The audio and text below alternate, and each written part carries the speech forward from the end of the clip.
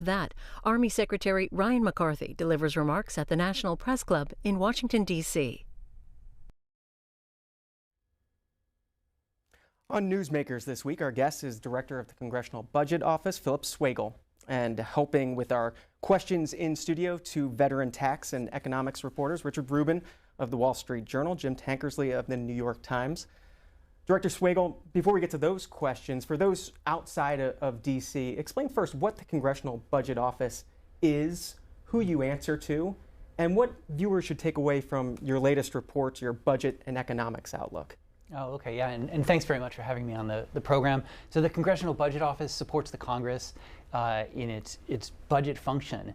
We evaluate legislation, we provide cost estimates of legislation, we do analytic reports on various topics. We had one just come out on student loans, for example, and then we do a host of scorekeeping functions, so in support of the appropriations process, essentially tracking spending and helping Congress figure out basically how much they're spending and how much bills will cost. Talk about that, who you answer to.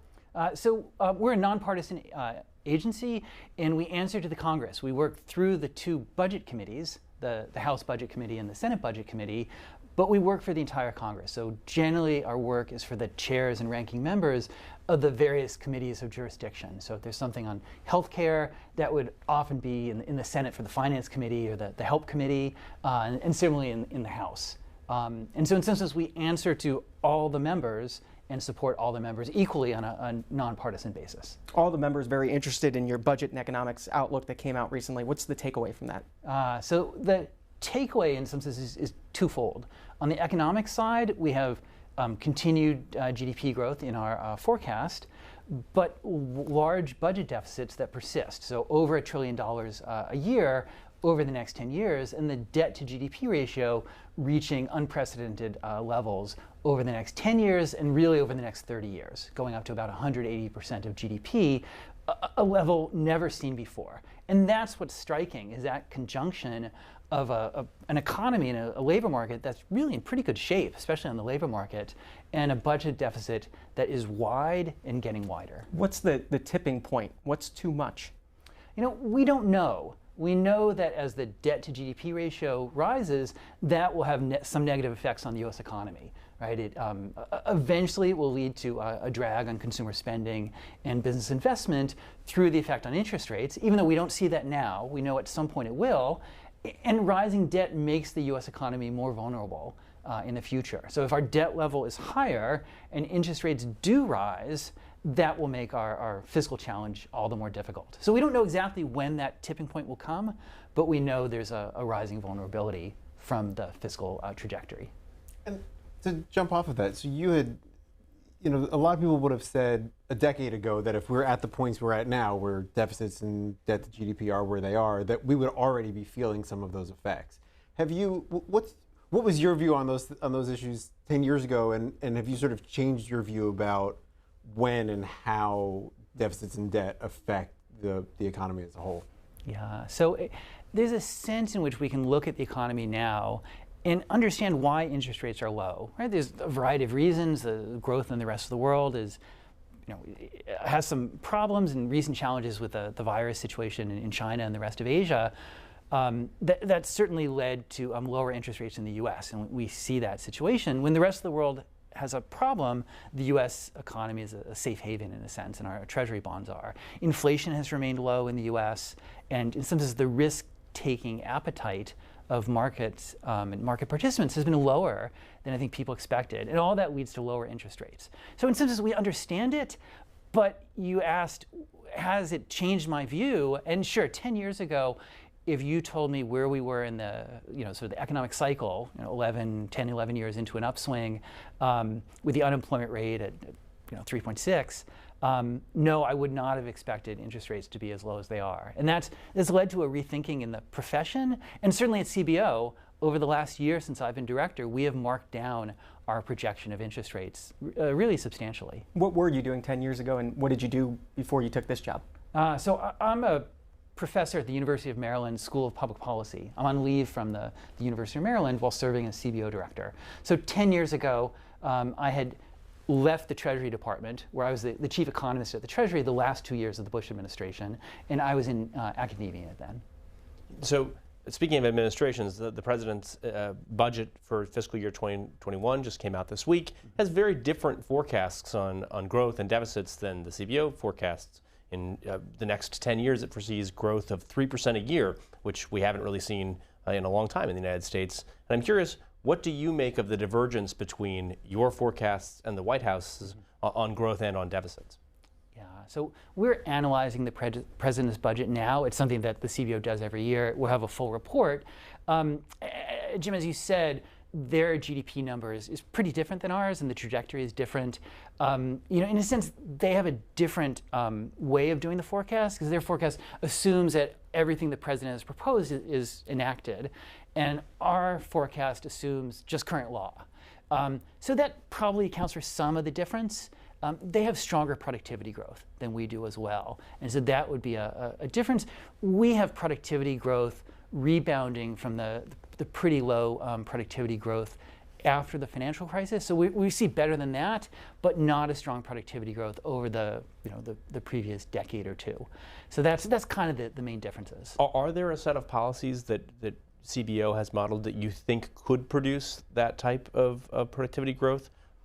As it is now, you sort of see the potential sort of maximum run of the economy as being lower than the White House does also, it seems. That's right, we do. And so we see longer-term GDP growth settling down at around 1.7%, which, as you said, is lower than the administration's projection. We know there's some policies that would boost growth and boost productivity growth over time. On the growth side, the labor force growth is decelerating, right? So we're an aging society that affects the labor force. We know immigration is one lever that would increase the labor force. That would increase our output, and over time increase GDP and probably productivity growth as well. Right? Immigrants bring a diversity and a sort of energy to our economy and innovation, entrepreneurship as well. There's tax policies that would probably support stronger growth, and those are debated, obviously, in the Congress. So there's a variety of levers. It's difficult to know, though, what exactly is the right way to boost productivity growth. In the economics profession, productivity growth is one of the, in some sense, mysteries that is just hard to say what lever will boost productivity growth. What will be your role in the budget debate over the coming months? So ours is an analytic one, right? So right now, as you said, we just put out our baseline.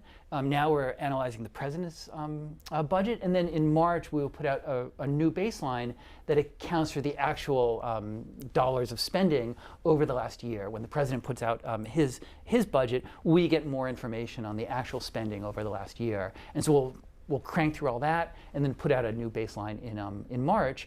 And then, as always, CBO will estimate whatever legislation Congress is considering and evaluate the effects of that.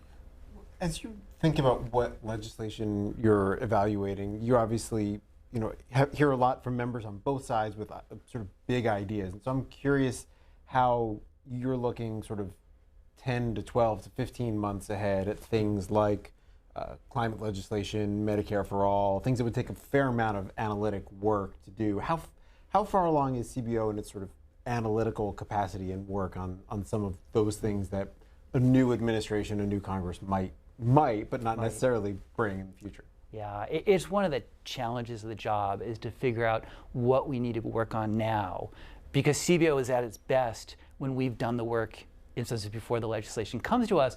And one example of that is surprise billing, which is a topic subject of legislation on both the House and Senate and various committees. We have several analysts at CBO who, 11, 12 months ago figured out that this was an important issue and got the data in shape, did the work. And so we have been able to support the Congress with the surprise billing, basically because we had these star analysts who figured it out before I arrived.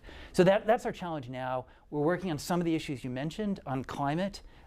We know that is an issue that's important to members, both chambers, both parties. And so we're doing the sorts of things you'd expect CBO to do. We're looking at how does climate fit into the baseline. So it's in some micro ways with flood insurance, with military installations, things like that. Now that spending is discretionary spending, so it's annual appropriations. On the longer term, the bigger dollars are probably the overall macro effect on the economy. So we're looking at the research that relates climate change to overall GDP, and then trying to say, okay, how does that feed through to the budget? So it's not attenuated, but it's sort of a, the steps are climate, GDP, spending, revenue, and so on. Is that reflected at all in the budget, in your baseline now, any sort of economic up or down from climate change? Or like what, how is that in the, or do you expect a sort of baseline adjustment to deal with that? Yeah. And actually, I can talk about health also. We're preparing some health work as well.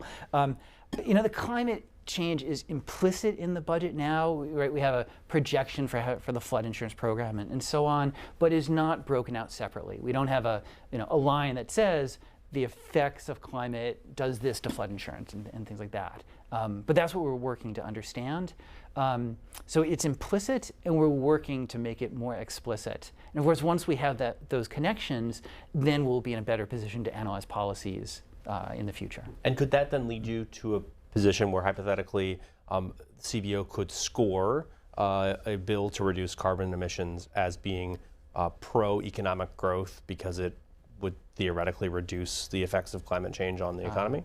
No, that's a good question. Now, CBO under my predecessor, Doug Elmendorf, it was 2 directors ago, did a lot of work on cap and trade legislation. So the apparatus is there, and we're working in some sense to update it. Right? So first we look at the effect of climate on the baseline, and then to update really the analytic tools to evaluate the policies.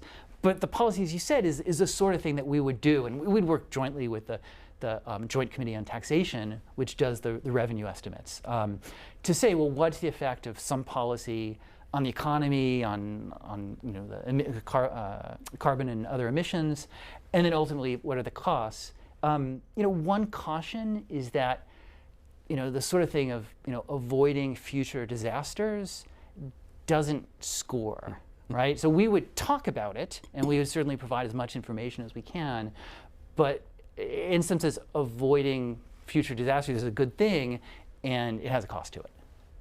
Now, I can't believe it took us this long with 2 tax reporters to get to taxes, but here we are. You. The CBO did do a lot of work on the Tax Act that passed in 2017, President Trump's signature tax cuts. You forecast its effects both on revenues and then along with the JCT produced modeling on growth. Mm-hmm. So I'm curious, 2 years of data now have been collected on the effects of the tax cuts. How do you think CBO's predictions fared, and what have you sort of learned and updated about them in that time? Yeah. So as you said, CBO has looked a lot at this along with JCT. In April of 2018, so this is before I started under my predecessors, Keith Hall, CBO did a comprehensive evaluation of the December 2017 Tax Act. And overall, it looks like the effects have been in line with our analysis. So the positive impact on GDP growth, it looks about what we expected. It's difficult because, of course, subsequent events and policies, in some sense, can interfere with the clear signal. So notably, tariff policies put in place starting in 2018 look to have had an effect in holding down business investment. And we expected to see the positive impact of the Tax Act coming through business investment. We saw that in the first half of 2018, and then business investment looks to have been dampened since then. It's just hard to disentangle between the sort of the positives of the tax policy and then the dampening of the tariff policy. But we're still tracking. One caveat is that, of course, many of the tax returns, especially for businesses, were just filed last October, and we don't actually have access to those yet. The JCT gets first access by the end of the year, late in the year, generally October. We will have access to the full file of tax returns working through the JCT.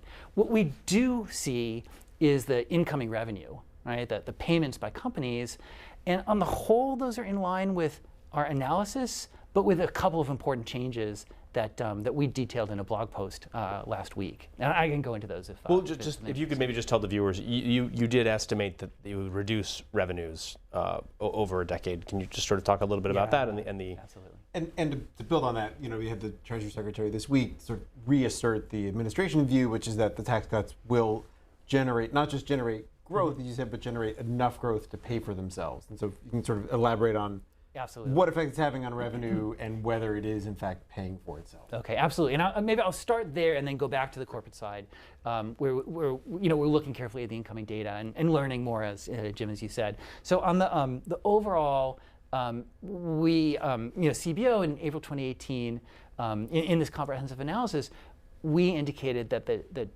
Tax Act would increase growth in an amount that would essentially pay for about 20% of the revenue loss of the Tax Act. And in some sense, this includes all the dynamic effects, right?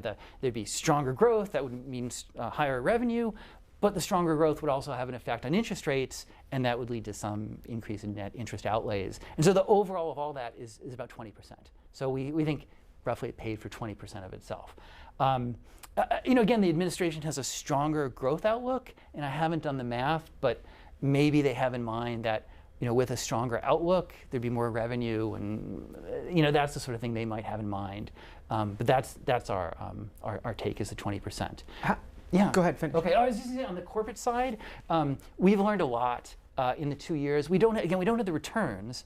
And the Joint Tax Committee just put out a really nice report looking at some of the largest corporation returns, which again, that's their role. We're looking at essentially changes in the data, which revise essentially the share of business profits against wages in the economy. It basically said over the previous several years, corporate profits were lower and wages were higher. In a sense, that resolved a bit of a mystery on the corporate tax side, that incoming revenues were weaker than we had expected. And in some sense, that we knew how much money was coming in the door from tax payments. The data indicated that corporate profits were high relative to those tax payments, and now the data revision helped resolve that mystery. So that's one thing.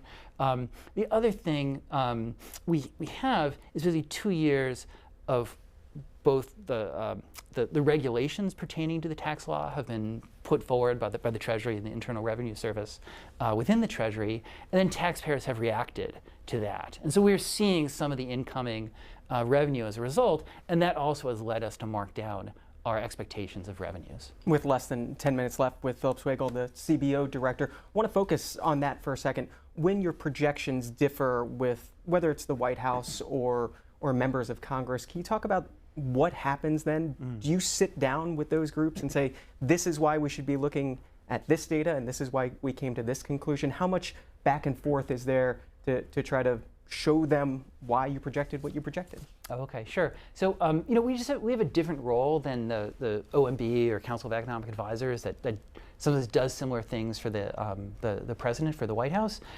So we look at what they're doing, and we're going to re-estimate the president's budget using our economic assumptions. But we don't try to coordinate that, and so we do different things, and we respect them, and we pay attention to them. Do they ever try to convince you?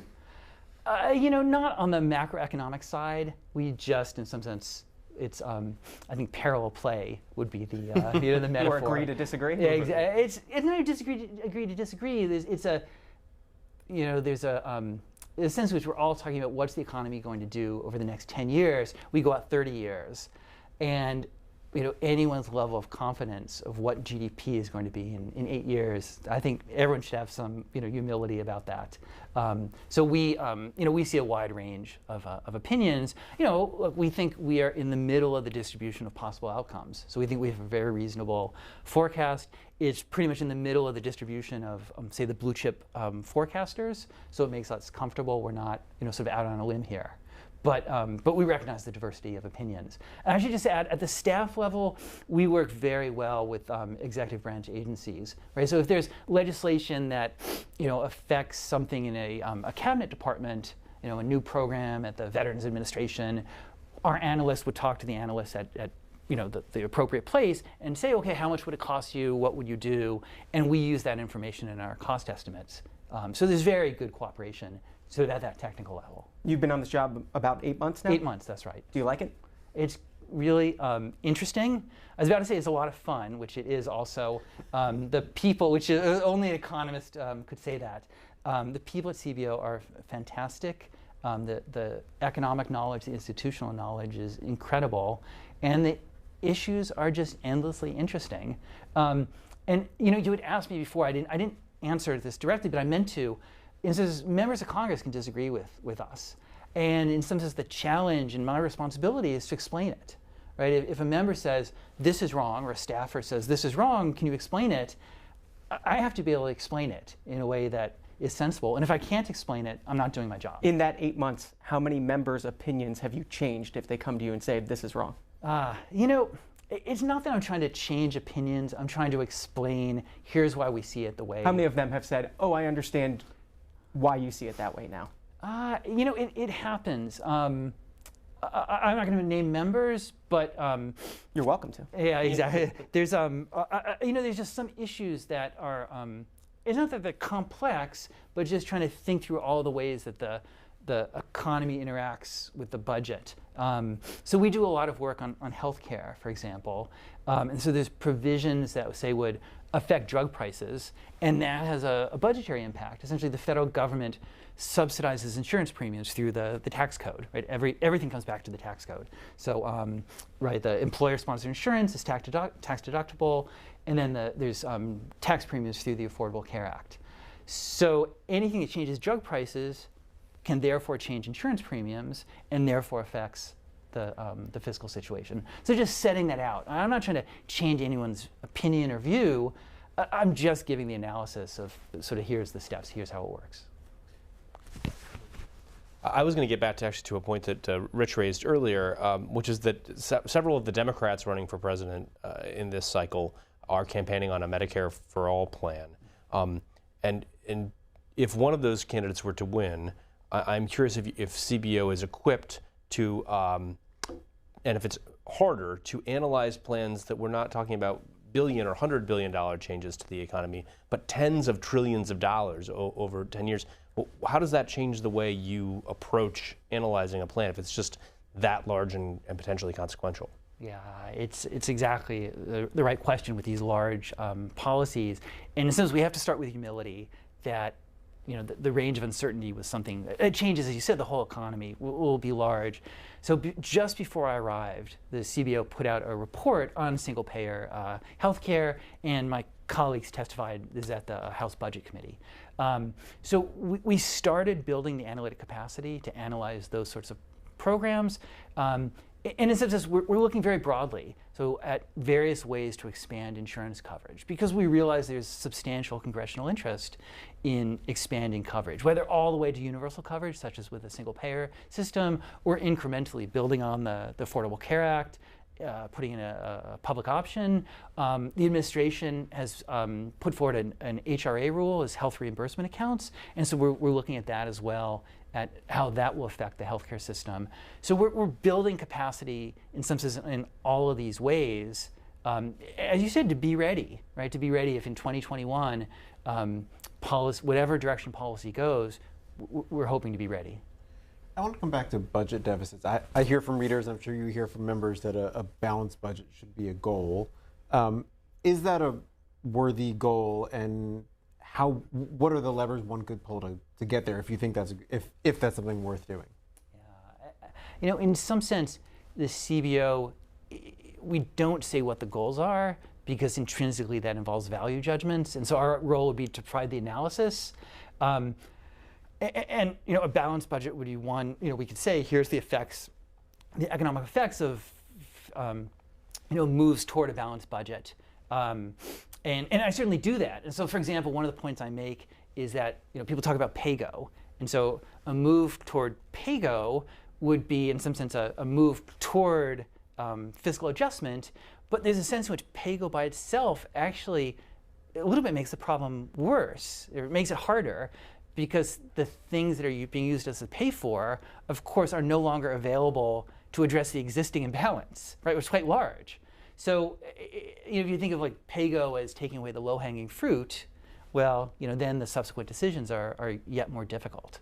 Let me ask you a different way. How do you help members think through the trade-off between the benefits that they could provide to the public now? So whether it's paid leave, health care, whatever the policy is, versus whatever the future costs might be if we run into the sort of deficit and debt problem that you talked about at the top. Like, how do you help members think about that now versus future trade-off? And in particular, just to add onto that, the potential benefits of a fiscal stimulus, of another tax cut, or whatnot. Yeah. And if you can do that all in less than 2 minutes or so. I certainly will. No, I'll hit the high points here. It's difficult because these trade-offs between today, the potential immediate benefits of the sorts of things that you talked about, whether it's on the tax side, on the spending side, we do our best. And so, our first focus, of course, is on the fiscal side, the cost. But we know members don't want to know just what it costs. We want to know they want to know what are the benefits, and we try to set that out as much as we can. How many people will be insured? How many people will take advantage of paid family leave, and so on. Those are the sorts of benefits that we try to set out, and not make a judgment. Right? That's for the policymakers. That's for members. We'll tell them the costs, the benefits as much as we can. They have to decide the trade-off. The longer term is harder, right? So at what point will the fiscal imbalance pose a threat? We know it's out there. It's not in our 10-year horizon. We don't see it there, but it's out there somewhere, and we can tell policymakers to be cognizant of it, but we don't know exactly when that will come. Before you go, we started by talking about your big report on debt and deficit. It came out at the end of January. Were you surprised that debt merited no mention in the State of the Union address? No, there's a sense in which we support the Congress, and we are so focused on the policies of the Congress that, we don't do the analysis of what the president is doing, what the campaign is doing, all that. We focus on what the Congress is. Would you like him to have mentioned it? It's just not for me to have an opinion on that. We'll have to end it there. CBO Director Phillip Swagel, thanks for being our newsmaker this week. Yeah, thank you. And now we continue with the roundtable portion of Newsmakers with Rich Rubin of the Wall Street Journal, Jim Tankersley of the New York Times. We started and ended that discussion with Director Swagel on debt and deficit. You two have covered a lot of hand-wringing on Capitol Hill over your careers when it comes to debt and deficit issues. How much hand-wringing did that latest report by CBO cause on Capitol Hill? I think it was sort of a re-hand-wringing of all the hand-wringing that's been done. I mean, in some ways, their outlook hasn't changed. They know we've got persistently high deficits in a period when you wouldn't normally expect it, when we've got low unemployment. And so, and the long-term picture is, their debt curve goes like this. So in some ways, it's sort of reaffirming on Capitol Hill what everybody has already known and what members have sort of deprioritized. Members have made the decision in recent years to emphasize tax cuts now, spending now, and either make the implicit or explicit decision that those future issues would be just dealt with in the future. Yeah, during the tail end of President Obama's 2 terms, there was sort of an agreement among Democrats and Republicans that no one really liked, that held down spending growth on areas Republicans wanted to grow, which was defense, and on areas that Democrats wanted to grow, which is other domestic programs like research and education. And now we have the opposite consensus, where they've just agreed to spend what everybody wants, basically, on those programs, and then also Republicans passed their tax cuts on top of that. And so those two, combined with this sort of underlying demographic driver of larger debts over time, are really sort of yielding this explosion of both hand-wringing on the one hand and inaction on the other. Has never been a greater divide, I think, in Washington between the amount of time people spend talking about the deficit and the amount of time they actually spend working to reduce it. And that's an interesting development, I think, compared to a few years ago. And in some ways, that's a reflection of the economic reality that we have, which is, as the director said, if you had asked him 10 years ago, like, if we had this level of debt and deficit, would there be bad economic consequences? The consensus would have been yes. And the reality on the ground has been different. And I think that reality has been in part what's changed the policies. And so you see now people talk about deficits, but even the Democrats on the campaign trail are very much trying to align their spending proposals with their tax proposals so they wouldn't make projected deficits worse. But there's not been a focus beyond that on deficit reduction. You mentioned the campaign trail. What did you think about his answer to the question about CBO's role in some of the policy proposals that have come up on the campaign trail? Yeah, I mean, it's like playing basketball. Like you have to get to the spot on the floor where the ball is going to be, and that's essentially what they're trying to do for 2021 is to see what's out there on the campaign trail and know that they have to have that analytic capacity in place. Because as we've seen in 2009 and 2017, new presidents and new majorities come in and they're ready to go and push through policies within a matter of weeks or months. And so the nonpartisan plumbing of Congress, CBO, and the Joint Committee on Taxation have to be ready for that. And if the president's reelected, he has already indicated he will push for a second tax cut measure. There will be obviously modeling to be done on that. There will be presumably second-term initiatives, although we haven't seen as many of those from the president as from his potential rivals on the Democratic side. But I really think that it was important what the director got at with the scope of the possible changes if a Democrat is elected. It will be unlike anything they've had to estimate before, and his words about needing to have humility in those models and those predictions, I think is very important, particularly since CBO is so often seen as the final word on these things. For the final word, with less than a minute left, did anything he brought up surprise you in what you've heard from him in the past and what you heard today? I don't know if it surprised me, but it really did strike me when we were talking about measures to boost the U.S. economy over time, that he singled out immigration policy as a way to bring bring more workers in and to make existing workers more productive. Yeah, same. It's a reiteration of what they've said, but in response to the Treasury Secretary saying this week that he thought the tax cuts were going to pay for themselves, the director said, no, we think they'll pay for about 20% of themselves. And so that's, again, this divide between the rosy forecasts and estimates from the administration and CBO's much more small c, conservative kind of view of the world. Rich Rubin of the Wall Street Journal, Jim Tankersley, the New York Times. Thanks so much for being on Newsmakers this week. Thanks. Thank you.